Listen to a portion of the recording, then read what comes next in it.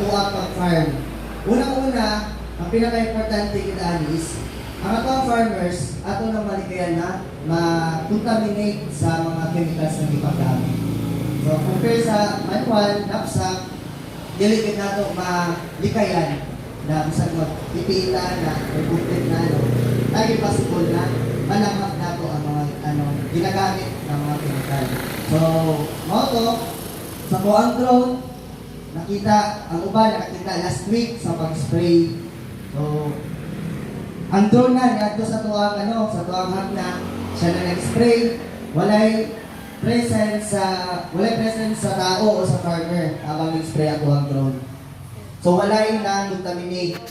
And then, natuwa, pas-pas, naku taon masave sa tuwang time. O sabot na sa pag-apas sa panahon na kaya po ang spraying sa isa ka hektarya, mo dugay rin siya o 2 to 3 minutes. So, depende sa tuwang areas.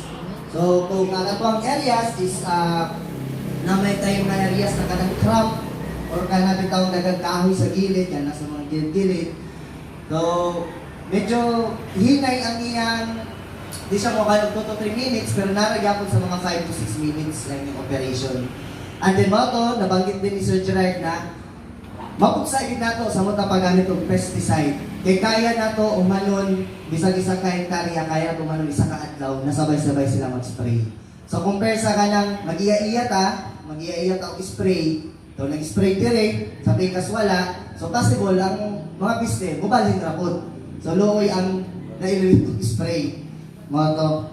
And then, katulo, precise. So, kani siya is ano na siya, kung siya gitawag na karon ng artificial intelligence, driven by artificial intelligence. So naka-program na siya, mura na sa og kanang maghatag lang ta og mando sa iya kung sa nga tuwang i-apply, pila ka kilogram, pila ka liters per hectare ang ato i-apply. Automatic na ang drone, siya na bahala mo disseminate ato sa ato ang fertilizer, sa ato ang chemical, and then pantay-pantay. Walang labis, walang kulang. So, tanan sa mga area, may sprayan din sila, pantay-pantay. And then, actually, ang atong drones is ginatawag ng VRA, which is pa siya karon under research, pero possible na siya na mahitabo. VRA, Variable Rate Application, ang atong hagna mangkot is dili na sila tanan na kailangan og fertilizer. Dili na sila tanan kailangan dili sa isa ka hektarya, dili ang buo ka hektarya parehas og kailangan na fertilizer og pila ka kilogram. So kaning VRA mo ni siya ang future, mas future sa tuang drones na magamit. Kaya pwede na niya ma-identify kung pila ka fertilizer lang ang i-apply ani, pila ka fertilizer ang i-apply diri na banda, o kani nga banda kung healthy pa itong plant, dili niya apply ng fertilizer. So by that, once makuha na ito na operation, musunod na diya ang makasave yun sa inputs na ito. Makasave na sa itong inputs, o dili na ito ma-over-apply ang atuang hagna. Kay if masubrahan po tao fertilizer mo to, maka-acid ato ang hagna. So, moto, and then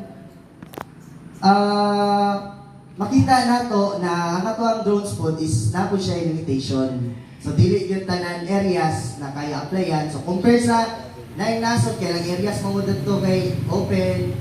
So, ilang farm is wala yung mga kahoy, wala yung wires. So, dili ko nato malikayan na ay wires, na ay kahoy, wires. So, mato, na kanang mga areas, dili din na siya madrunan. Dili dronable. So, ang mga dronable areas, mga open, and then, crank, tapos pag na mga wires, dagang wires, and then dagang mga obstacles, mga kahoy sa tunga, so dili yun na ito ma-luparan ng drone. So, mara tayo ang mga limitations. Pero, ang uban, pwede na siya ma-apply. So, actually, pwede po siya sa orchard, fruit trees. Pwede siya sa mga pineapples, bananas, moto, nag-start na sila spraying. So, Sa operation naman, during operation, so nag-start na last week, so moro to siya na naputay safety protocols sa dapat na sa mga tao sa paligid. Kanya po ang drones, one siya, siya high speed na motors, which is kaniyang LSC. So ang yung speed ani, gaabot og 5,000 rate per minute. So sa isa ka minuto, kaya niya raw uikot kong 5,000 speed na rotation. So grabe kapaspas. And then kung makita nato na murag nipis yun siya, and then composed of fiber, gaya yun siya. So kung naging maigo yun lagi, maka-cause yun siya of damage. So moto na nag-operation last year dire, so pictures okay lang while mag-set up, pero once na mag-start na taong palupad, magpalayo yun ta. Kaya dili man nato siya, dili na to matag na. Kaya since technology po siya, nagit siya mga malfunctions nga na. So malikayan nato na if ever ginatawag mo ang drone na fly away, na pag mawala ang iyang GPS, so mura siya og mo dili siya makontrol. So moto na gihanyo mo na mo na once operation ta, at least 30 meters away kita sa drone. And then, pag mag-mix, if ever, chemicals na, hingana, di na tayo pwede mo doon sa drone. Para maiwasan po nato ang malanghap ninyo ang mga chemicals. So, anyway, mula itong tanan. So, actually, rin siya ang drone, no? Kung mag-operate, tanan din siya, operational friendly. So, tanan tao, pwede mag-operate sa drone. Kaya nila mag-operate. So, naabot may mga clients dito sa Mindanao na mga pilot dito, mga babae. So, nag-edad na sila o mga 40, 50, nga na. So, kaya yapon siya mag-drone. Okay? Kung naman siya, once mamapa na ito itong area, isang pag maglingkura na lang ta, magpalupad na lang ta dito, palupad, narata sa tuwang maglingkod, drone naman ang mo apply.